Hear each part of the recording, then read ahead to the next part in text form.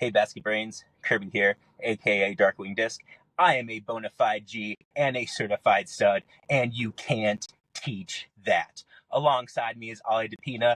He is 7 foot tall, and you can't teach that. Welcome to episode 20 of the KO Disc Golf Show. This is the Radicate episode. Famous players to wear the number 20: Barry Sanders, Ray Allen, Frank Robinson, and Mike Schmidt. And then from the Red Sox, personally, I always liked Kevin Youkilis. This guy was a great on-base machine. Thank you to the sponsor of this week. Is going to be Emerald City Discs. Really appreciate it. Get down to White Center and check us out. Ollie, how you doing, bud? How's it going? It's been good. Got back from my trip. I was in Missoula last week, so that's why Kirby was solo in the episode, and went to Yellowstone National Park, which I think was maybe one of the coolest places I've ever been in. And I got to visit with my friend, and yeah, kind of took a week off, like 5 days off disc golf, which was like a nice little brain like reset. And now getting ready to go into some tournaments coming up, and since I've been back, been getting ready for that, so that's really exciting. But yeah, Nice. I think the break was awesome. Yellowstone, like I said, was maybe like one of my favorite places. Like the hot geysers and like all the different like geothermal features that come from like that national park, I think are really cool. Yeah. Is that Old Faithful? Is like right there? I did. I saw. So yeah, we drove from the top north gate all the way down to the, not north gate, but the north gate of Yellowstone to down all the way through Wyoming, almost to Idaho, where like, and then Old Faithful is only a few miles from Idaho once you get down there. But wow. I think in my head I didn't really picture just so many like geothermal things with like hot springs and geysers, where like I knew they were there, but I didn't realize it was like there's the lower geyser, the upper, the like middle one. There's these here, and so it was cool. I enjoyed it. Nice. That's awesome.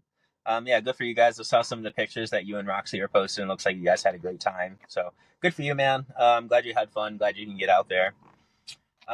Besides that, what else is going on? How are you? Right now, just playing some golf, figuring out some job stuff, doing that, and got my Islands Team Cabo Verde merch. This is Nice. And if anyone that doesn't know, my dad and his family are all from there, and this is like a company called Islands, and they do the official merch for their team. And so I've been talking with them and DMing and stuff, and I got this shirt, a couple other shirts, and a jersey. So very excited to rep, like my people and everything. We got our first bronze medal at this past Olympics. David DePina. So okay, very sweet. Wait, David DePina, like with your own last name? Yeah, it's there's a few guys on the team. There's two swimmers and him who have like share the similar last name. So it's a little. There's like with the Cape Verde, there's like he has like 5 or 6 different name in middle of the last name. So the DePina is like the last part of it, though.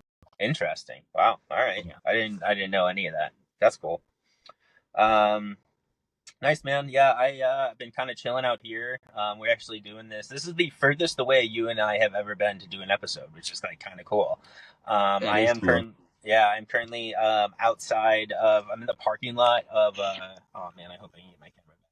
But I'm in the parking lot at Ivy Hill here right now.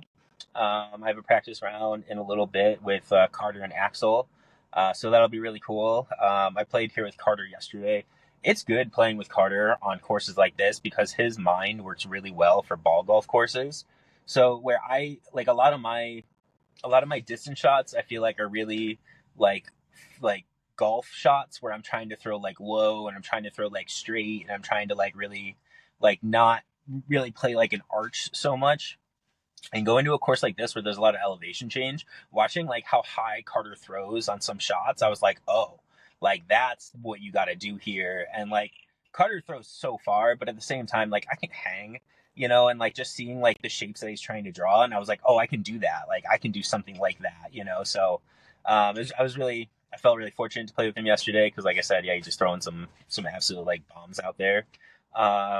Kind of recent news, and I saw him post about it this morning, which is why I feel kind of okay to talk about this. But he's no longer with Lone Star Disc, so that's really interesting. He and I talked a little bit about that yesterday. It seems like Lone Star is just trying to shed some payroll really quick. I really don't know. Like Chuck told me like a little bit about like what he thinks, Carter's dad, and like I mean, I'm not here to really kind of like I feel like some of the conversation was just kind of like between he and I kind of thing, and I don't want to make that put it out there. But there was some stuff that was like like they were going to cut Carter's contract and stuff like that, and he said he was like it was a really hard decision, because Carter does genuinely like throw in some of that stuff, but also playing with Carter yesterday and watching him like throw a wraith all over the place, I was like, shit. Like he doesn't have like any sponsorship or anything like that lined up. Like his bag has like some DGA in it. He's got like a zone in it. He's got some destroyers and wraiths and stuff. He's back to like putting with his agents that he's putting with when he was with Dynamic. So his bag is literally like all over the place. But he threw those wraiths so freaking good. I was like, unreal, man. He threw it so far.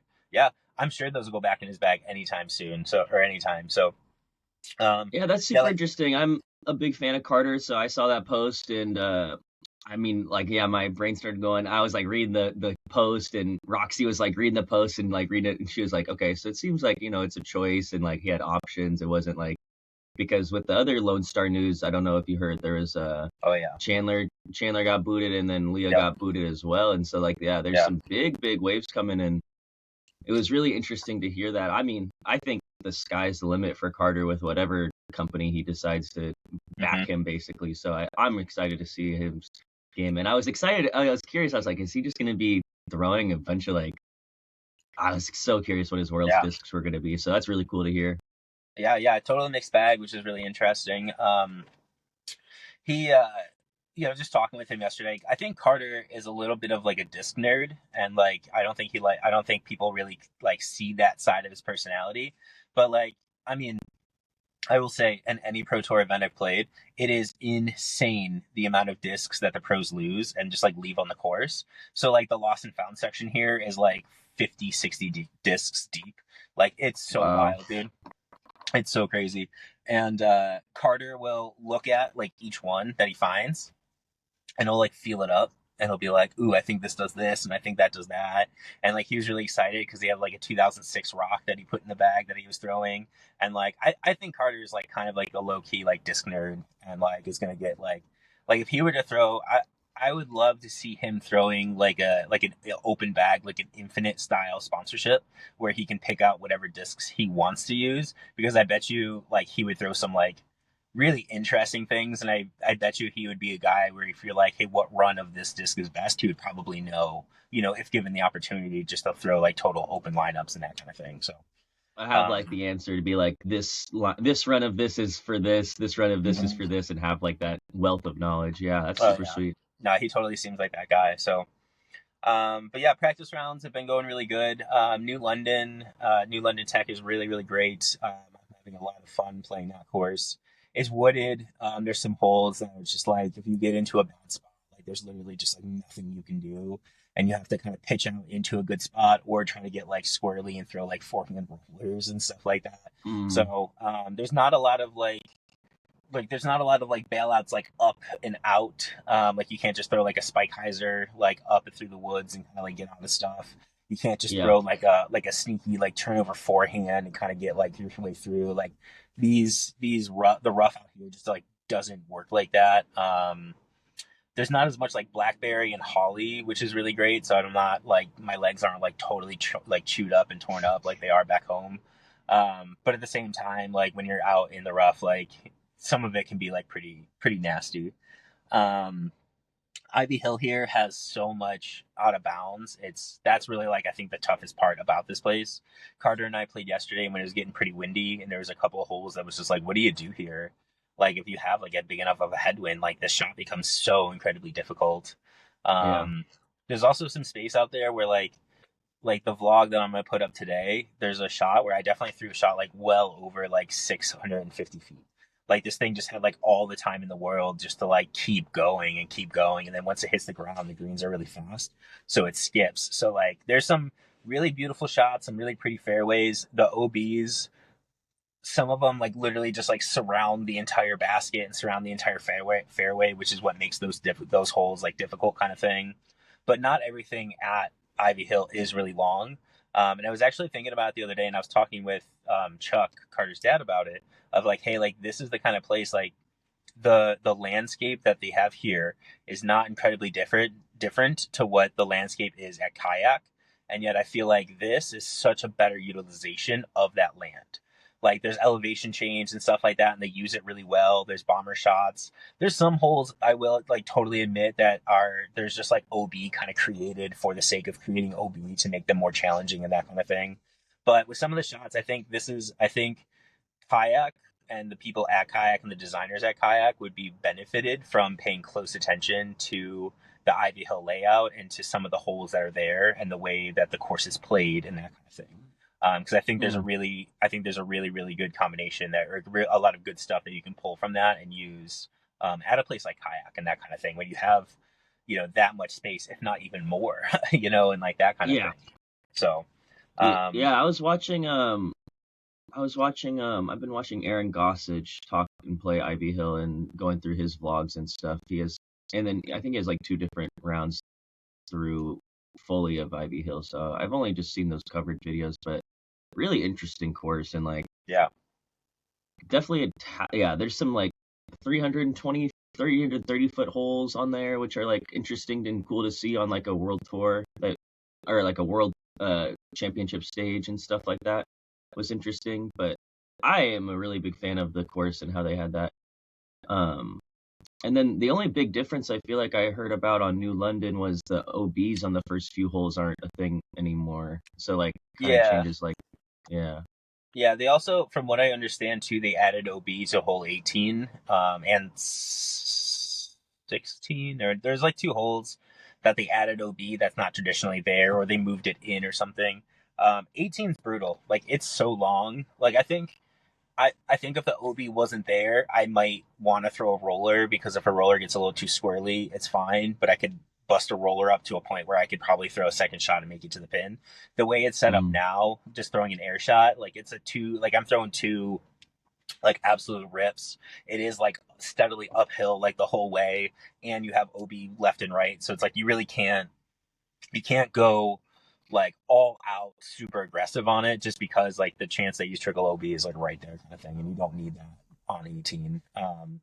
It's tough. I mean, there's some holes there that's like hole 1, hole 3, hole 4.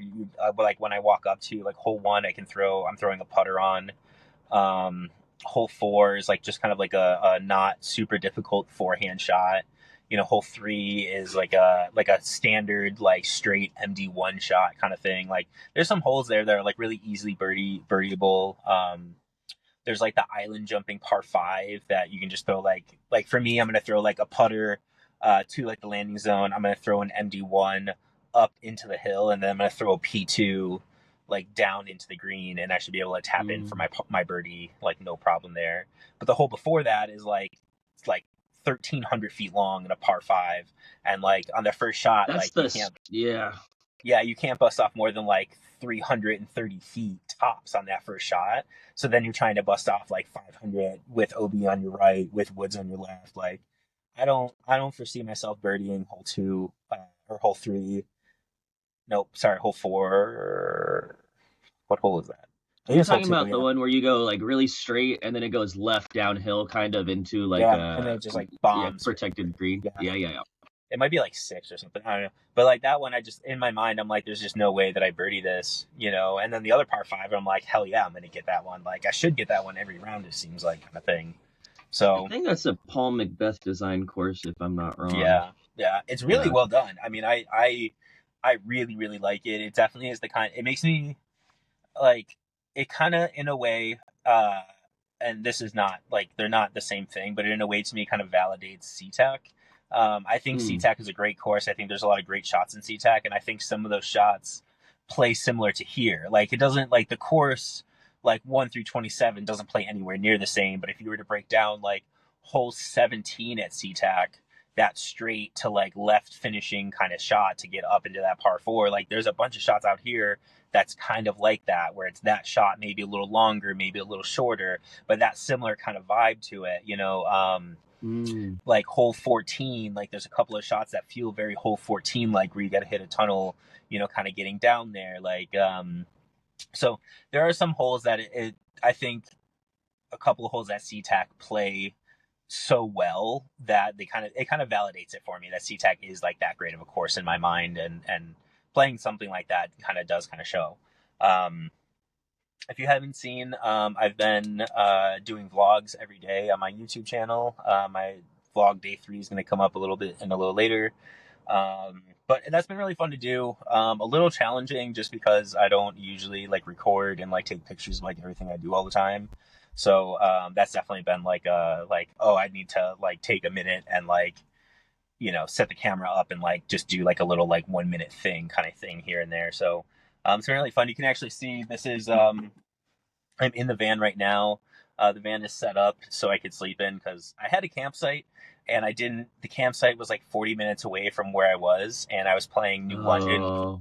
New London was only like 10 minutes away from where I was, so I was kind of like, oh, screw it, I'm just gonna camp out here. So it's funny. Do you know the disc golf world on YouTube? Have you seen them? Probably seen a video, No, but not they're off the they're top of my head. they do some like good stuff. It's a little clickbaity at times. I met them the other day. They're here, and I listened to their video this morning when I was getting ready, and they were like, "Oh, it's like just like us, like sleeping in our van outside of a Cracker Barrel." And I was like, "Hey, me too." I was like, "I'm outside of that Cracker Barrel," so that was really funny. Oh, I think I have seen them. Yeah, yeah, for sure. But yeah, I basically slept like 40 feet away from those guys last night, which was kind of funny. Stacy Ronsley was like, right there, like sleeping in a van over there. I saw like 6, 7 vans, like when I pulled into the Walmart parking lot and the Cracker Barrel parking lot. Like, I was like, oh, there's a ton of disc golfers like camping out here because it's only 10, 12 minutes away from the course. Um, but even like going to like Planet Fitness, like that's been really interesting, like going and showering there. And like I'm in the locker room and there's like Connor O'Reilly and there's like, um, Andrew Marweed and, just like, it's like, oh, like I know like half the people in here right now, actually. Yeah. Like it's a very funny, very interesting lifestyle. I love it. I've been having a great time with it. I think this is the kind of thing that I could do for like weeks, if not like a month at a time kind of thing. I don't think I could do this 6 months at a time. That seems like a little much, but if it wasn't for the humidity here, like I would be loving on this, and like there would be like nothing stopping me. So um, I am excited. My dad's coming in today. He's gonna get here around 2 o'clock, so I'm gonna see him tonight because I'm gonna be when he gets here. I'm gonna be practicing with Carter and Axel, but he's gonna come out Nice. and caddy for me. Ivy Hill, these like that hill part of Ivy Hill is like no joke. Like these hills are steep and long, so like I'm gonna give my dad the out. Like, hey man, like you don't have to caddy for me for like Ivy Hill because like those hills like they're not fun. Like we've been using a cart the last couple of days, and like they just told us today like we're not allowed to use a cart because apparently there's too much rain. I really just think a lot of players have been driving on the fairways, and kind of chewing them up a little bit. Plus, these golf carts are like brand new and they're like swagged out, dude. They got like leather seats and They look shit. Like cool. they're so nice. I But saw the video. They're like, when one of the vlogs, they're like, yeah, just you do not want to be the first person out. You're gonna take your 30 seconds and still be out of breath, like trying to line up your putt, basically on certain oh yeah, holes. It's like, yeah, oh, dude. Some of them, those hills like suck. Like they're so steep. Like driving up, you're like, oh man, like you already know going into like your like Wednesday or Thursday, like it's gonna be tough. So yeah. um, yeah. So the other thing I wanted to do, and this wasn't on the caddy book thing or on our show notes, I got my player badge, player, and my caddy badge for my dad. Yeah. So that's cool. And they gave us a little player pack. So I'm gonna go through your 2024 PDGA Worlds player pack. First thing that they handed me was a Lynchburg Loves You spring water. It's just like water in a metal bottle. They give you everything in this bag, which is cool. Lynchburg Loves You. Um, there's this thing, which I think this is either a T-shirt or I think it might be a caddy bib for my dad to wear. So that'll be cool. Sick. What is this? This is a cooling towel. That's Oh, cool. nice. All right. What do we got here? I think it's a fanny pack, bro. Big fanny pack. Let's go. Yo, they gave me a fanny pack. You rock a fanny pack hard, don't you? Well, I just do it solely so I stop losing things, and That's the percentage has gone down when I do. that's But good. the problems become if I bring my fanny pack or not. Like there's like a Yeah. percent. Yeah. The problem is now you're wearing a fanny pack, so. Hey, we make it look good. We make it look good. This is kind of cool. A little personal fan. All right. Okay. Lynchburg loves you. It's kind of nice. Apparently, Lynchburg loves all of Lynchburg us. loves you. Yeah. What else you got in here? Oh, this is great. This is the kind of stuff I actually I like getting a lot. Is it's like antiseptic wipes. It's like like Neosporin and like that kind of stuff.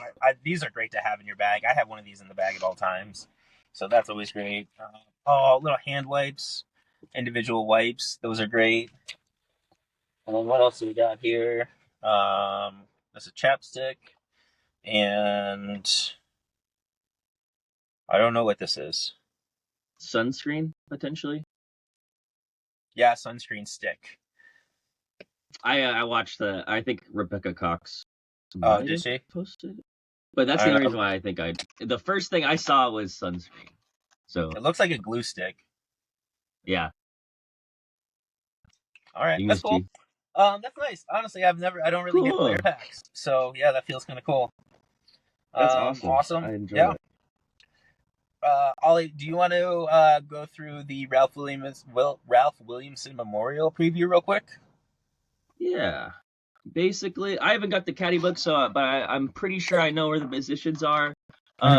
Everything's in the longs, so we got I think the only big holes that move are hole 4 is in the very far back position, which hasn't been there for a little bit. The D position, which I really enjoy. Hole 1's in that farther position. Hole 3's normal. Hole 2's normal. Cool. Hole 5 is playing behind the tree to the right, and yeah, just like that classic front 6 holes at Lakewood. Everything's pretty much set up in like the long quote-unquote positions. Yeah, I actually didn't know they put Mandos in on hole 7, and so there's the few new Mandos in, so no more going left on 7. Yeah. On does that apply does that apply even for like the back left position, like the long? I wonder. I would think so. I would be a little annoyed if you're gonna switch it just for that one, but I feel like it's for the walking path and stuff, Yeah. I mean, it's that back position, that back left position is like 100 times harder if you can't just throw a forehand like out over the pavilion and crash in, or a backhand turnover. I've thrown a lot of backhand turnovers there. Like if you can't just go out into that big empty airspace and you have to throw something straight but overstable, but not too overstable where it doesn't skip out of bounds down that hill, like that's really, really difficult. Tricky, really touchy, really tricky shot at that point. Yeah, I think it's not going to be there. I think that one's going to stay on the to the right to the hill. I don't think the positions are moving from round to round, and because I don't think there's too much to move them to. Yeah. And then hole 8's on the field, hole 9's playing regular, 10. Yeah, everything, and then are they doing like that with Ralph? Are they doing that like island hole? Was it like right before like the one like in between like OG 15 and OG 16, like under the tree? I think it's like the par 4 position for like the OG 15. It's gonna be 13. It plays as hole 13 on this layout. And are they doing it that shorty? I think so, because the hole 12 still plays as the par 3 position, which I actually like. I don't mind that par 3 on the left side or the right side. I don't really mind that as a par 3 or par 4. But yeah, the gimmicky kind of short ones there. I've just been throwing my dogwood just like I'm playing catch and just putting it right under the basket, and it's been like I think I'm just gonna do that. How many throws, if I was to be like, hey Ollie, like you have to go and ace that, like within how many throws do you think you ace that hole with?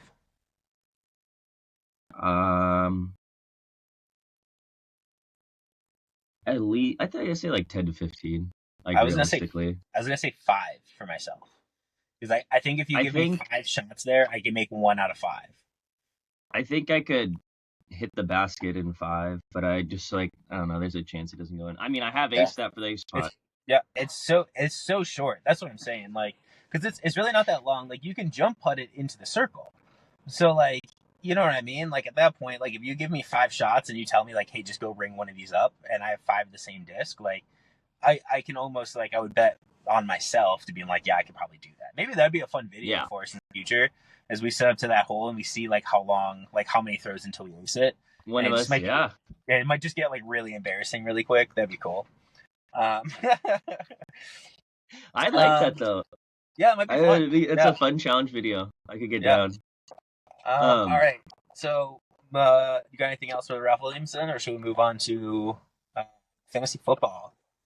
I'd say the last thing with Ralph Williamson is, I don't know, it's a tournament that I'm really looking forward to. Just been playing it a lot, been playing it well, and so like I just Kinda feel like needing to this is win.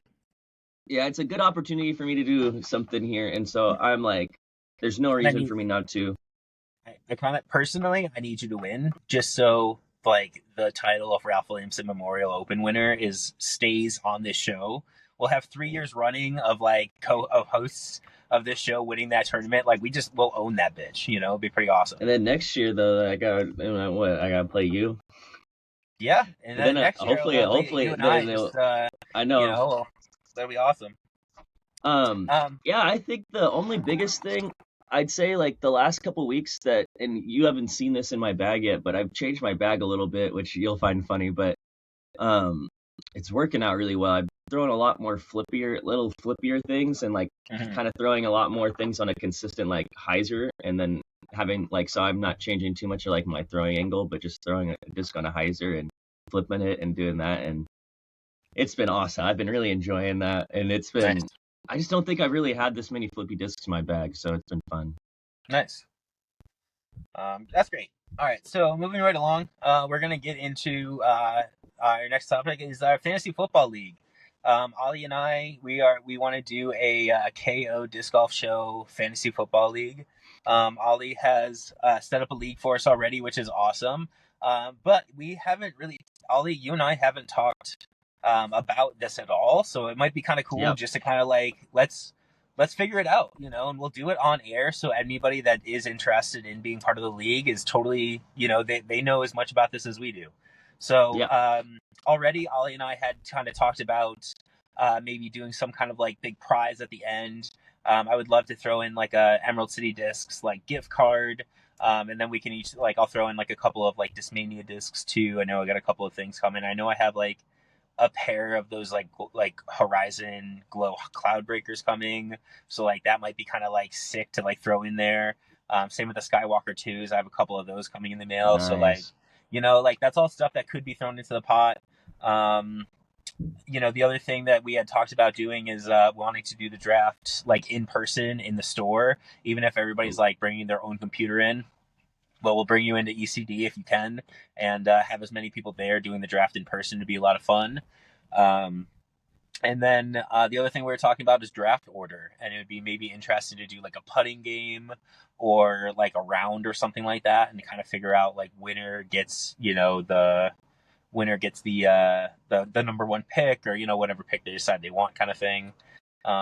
Ollie, like, what are your ideas, man? Like, what you got? Yeah, so we're looking to get around like 10 people, so 8 more at least, 8 to 10 more, including Kirby and I. So that's not including Kirby and I. So would love to do that. Rules are kind of up, and would love to, like, if anyone had any, like, if there's someone that's like, oh, I really want to do this rule, I really don't want to do this rule, just like let me know. Those are all changeable. Right now I have it set up, it's like a half-point reception, so every catch is half a point instead of like a full point. Basically, it just adds more equal value to running backs and wide receivers.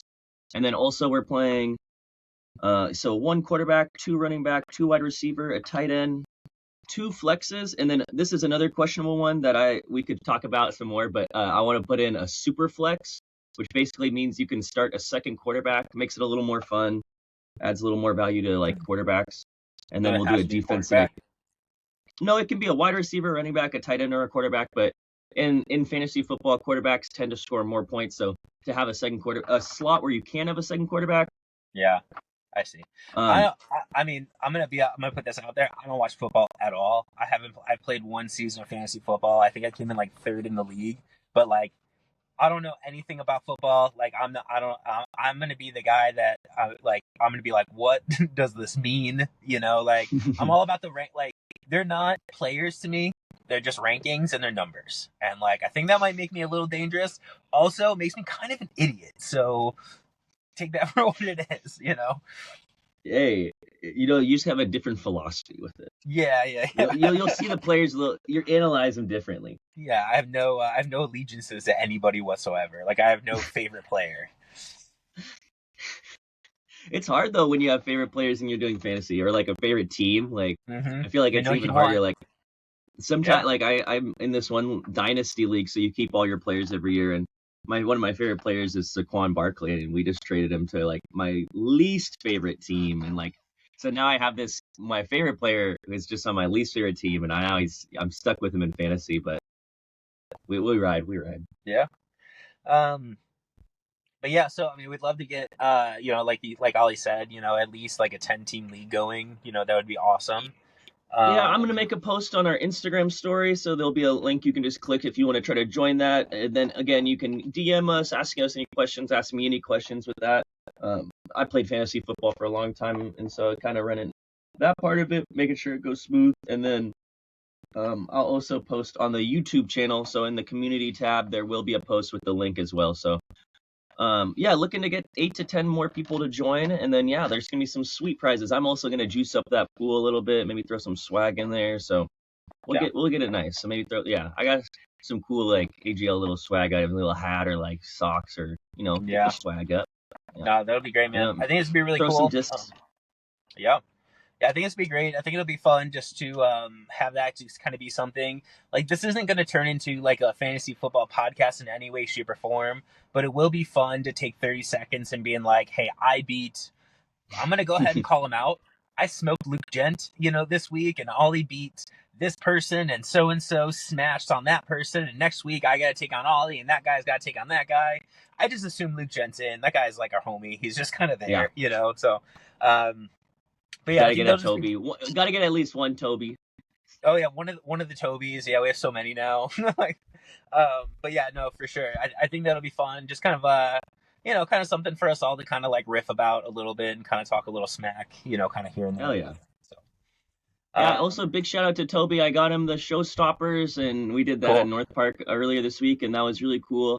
Super super awesome. I know he's excited to see you and wants to see you with them as well. So and congratulations to him. I saw he got engaged. So yes, literally the day after he got we did that exchange. Roxana's fiance proposed to him at Kayak, which is like nice. I thought was just like actually the coolest thing. Some people say it's the best 48 hours of his life. So I mean, I get it. I get it. Yeah. That's cool. Yeah, that's awesome. Love seeing it. The Mountain View Championship email, that will be sent out in the next couple of days. Brian and I are just kind of finalizing. We just finalized the map, making sure everything was, as accurate and as tight as possible on there. I did paint lines out at the course like last week, so there are some lines out there if you want to go out and try to find them and follow them. I get back Monday night, so either Tuesday or Wednesday. I'm going to get out there, repaint lines so they're crisp and clear, and put out. If anybody has any questions about it, feel free to send them my way. Cool. Yeah. Episode 20, ending it off. Wishing Kirby luck at Worlds, and I'm super excited for that. It's been super cool watching the vlogs and just being like, I know that guy. I have a podcast with that guy. So there's just so many people supporting you, so many people rooting you on here. So that's going to be super fun to keep up and follow. I appreciate it. Thank you all so much. Of course, man. And then from the quote, episode 20, Ray Allen, number 20, a.k.a. Jesus Shuttlesworth from He Got Game. Basketball is like poetry in motion. Cross the guy to the left, take him back to the right. He's falling back, then Jay, right in his face. Jesus Shuttlesworth, He Got Game, one of my favorite movies. Thank you all. Appreciate you. Let's go, Kirby. Aim high, shoot low. Peace out. See you, everybody.